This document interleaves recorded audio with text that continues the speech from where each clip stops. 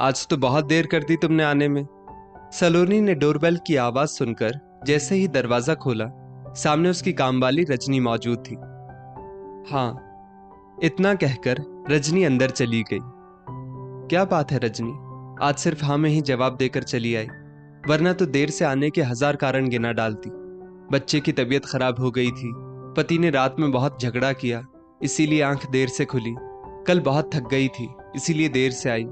आज राशन लेने जाना था, और भी ना जाने कितने कारण, लेकिन आज तो सिर्फ हाँ। सलोनी उसके पीछे पीछे अंदर आई, और जब उसके चेहरे पर ध्यान दिया तो उसका चेहरा बिल्कुल उतरा हुआ था और आंखें तो सूजकर लाल हो रही थी। क्या हुआ रजनी, तुम कुछ परेशान लग रही हो? सलोनी ने आत्मीयता से पूछा, क्योंकि सलोनी रजनी को बहुत ज्यादा मान देती थी। बचपन से ही वो उसके मायके में अपनी माँ के साथ काम पर आती जाती थी, और अब उसकी शादी के बाद वो उसके ससुराल में भी काम करने लगी थी, क्योंकि इत्तेफाक से दोनों की ही शादी लोकल हुई थी। कुछ नहीं दीदी। इतना बोलते ही रजनी की आंखों से जमकर आंसू बरसने लगे।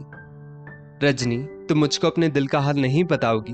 आखिर मैं तुम्हारी दीदी हूं। सलोनी रजनी के सिर पर एक बड़ी बहन की तरह हाथ फिराते हुए बोली, क्योंकि उसको रजनी का इस तरह रोना कहीं ना कहीं अंदर तक आहत कर रहा था। दीदी, क्या करूं, किस्मत ही खराब है हमारी। ये कहते कहते फिर फपक पड़ी रजनी। आखिर हुआ क्या है? जब तक बताओगी नहीं तब तक मैं कैसे जान पाऊंगी? सलोनी ने रजनी का हाथ पकड़कर कहा। अच्छा चलो, पहले बैठो, एक कप चाय पियो, फिर बताओ कि समस्या क्या है।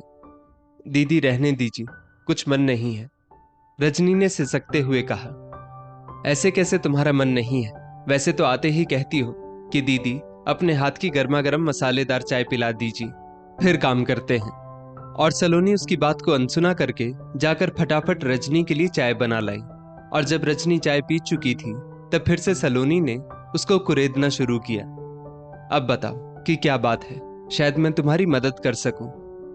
दीदी, आपको तो पता ही है कि मैं अपनी बेटी कम्मो की शादी के लिए थोड़े थोड़े पैसे जोड़ रही थी, कि पता नहीं कब उसकी शादी तय हो जाए और मुझको जरूरत पड़ जाए।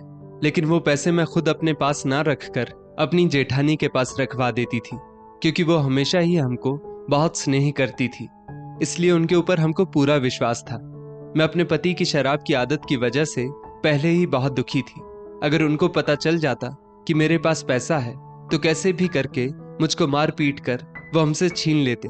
इसीलिए मैंने अपनी जेठानी को सबसे ज्यादा विश्वास पात्र समझा, लेकिन ये मेरी बहुत बड़ी भूल साबित हुई। रजनी फिर से फपक फपक कर बेतहाशा रो पड़ी।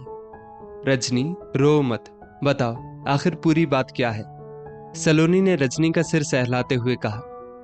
दीदी, कल जब पता चला कि इस समय चांदी थोड़ी सस्ती हो गई है तो मैंने सोचा कि कम्मों के लिए पायल बिछुआ खरीद कर रख लूं। तो जब मैंने जेठानी से रुपए मांगे तो वो साफ मुकर गई।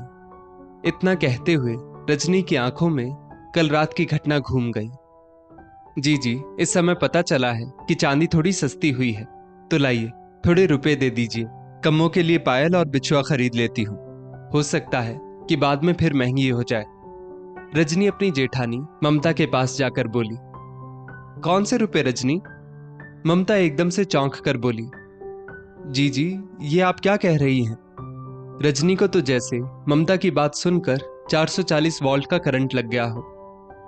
जी, जो मैं हर महीने अपना और अपने बच्चों का पेट काट काट कर आपके पास रखवाती थी, वो रुपए। मेरे पास तुम्हारे कोई रुपए वुपे नहीं है। और किसके सामने तुमने मेरे पास रुपए रखवाए? क्योंकि ममता ये बात बहुत अच्छी तरह से जानती थी कि रजनी ये रुपए पति और सास से छुपा कर रखवा रही है। अब तो रजनी को काटो तो खून नहीं, उसकी तो आंखों के आगे अंधेरा छाने लगा, दिल भी बहुत जोरों से धड़कने लगा। हे भगवान, ये तो जेठानी जी ने बहुत बड़ा धोखा दे दिया। और अब वो कहे भी तो किससे, क्योंकि उसने सास और पति को तो हवा भी नहीं लगने दी इस बात की। रजनी ने बहुत मिन्नतें की ममता की, लेकिन ममता तो टस से मस्तक नहीं हुई। बार बार यही कहती रही कि मुझको बेवजह ही परेशान करने पर तुली हो। अगर सीधे तरीके से नहीं मानोगी तो देवर से तुम्हारी शिकायत कर दूंगी कि रजनी हमारे ऊपर झूठा इल्जाम लगा रही है। अब तो मरता क्या ना करता। रजनी रोते हुए ममता के कमरे से निकल आई, लेकिन तब से उसके आंसू बंद होने का नाम ही नहीं ले रहे थे। बच्चों ने पूछा भी, लेकिन आंख में तिनका चले जाने का बहाना बना दिया। और इस समय सलोनी का स्नेह पाकर आंसुओं की अविरल धारा उसकी आंखों से बह रही थी। दीदी, आप ही बताइए कि मैं क्या करूं। रजनी अपने आप को बिल्कुल लाचार महसूस कर रही थी, क्योंकि सलोनी के अलावा वो अपने साथ हुए धोखे का किसी से जिक्र भी नहीं कर सकती थी, और अगर कहती भी तो सब उसी की गलती बताते। रजनी, अब जो हुआ उसको तुम बिल्कुल भी नहीं बदल सकती, क्योंकि पैसा अगर अच्छा है तो बहुत बुरी चीज भी है। यह अच्छे से अच्छे रिश्तों को भी दांव पर लगवा सकता है। तुम इस परिस्थिति से सीख लेकर आगे बढ़ो, और आइंदा और किसी पर इतना विश्वास मत करना, क्योंकि एक बार का दूध का जला छाछ भी फूंक फूंक कर पीना चाहता है। सलोनी ने रजनी को समझाते हुए कहा। लेकिन दीदी, अगर थोड़े बहुत रुपए पैसे मैं जोड़ना चाहती हूँ तो कैसे जोड़ूं? जवान बिटिया घर में बैठी है। कम्मों के पिता को तो इस बात की कोई फिक्र नहीं है, लेकिन मैं तो मां हूं ना, मुझको तो सोचना ही पड़ेगा। रजनी ने अपना निचला होंठ दांतों से काटते हुए कहा। दीदी, अब अगली बार से मैं आपके पास अपने जोड़े हुए रुपए रखवा दूंगी। नहीं रजनी, क्योंकि सचमुच पैसा संबंध तोड़वा देता है, और मैं नहीं चाहती कि हमारे संबंधों में भी दरार आए, इसलिए मैं तुमको दूसरा रास्ता बताती हूँ। सलोनी ने झट से हाथ जोड़ लिए। तो फिर दीदी? रजनी ने सलोनी के चेहरे की ओर ताकते हुए कहा। रजनी, मैं तुम्हारा पोस्ट ऑफिस में खाता खुलवा देती हूँ चलकर। तुम अपने सारे पैसे उसी में जमा करना, और जब जरूरत हो तब निकाल लेना। सलोनी ने रजनी को रास्ता बताते हुए कहा। लेकिन दीदी, आप तो जानती ही हैं कि मैं ज्यादा पढ़ी लिखी भी नहीं हूं।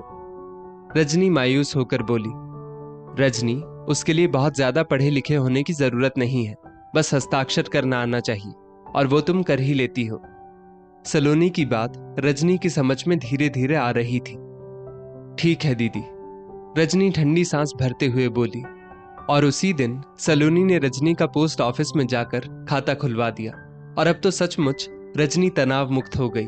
उसको जब पैसा जमा करना होता वो जमा कर आती, और जब जरूरत होती पैसे निकाल लाती, और वो इस कदम के लिए सलोनी का बहुत धन्यवाद करती। दोस्तों, इस स्टोरी को लेकर आपकी क्या राय है, नीचे कमेंट करके जरूर बताइएगा, और ऐसी ही और भी बेहतरीन वीडियोस के लिए हमारा पेज जरूर फॉलो करें। धन्यवाद।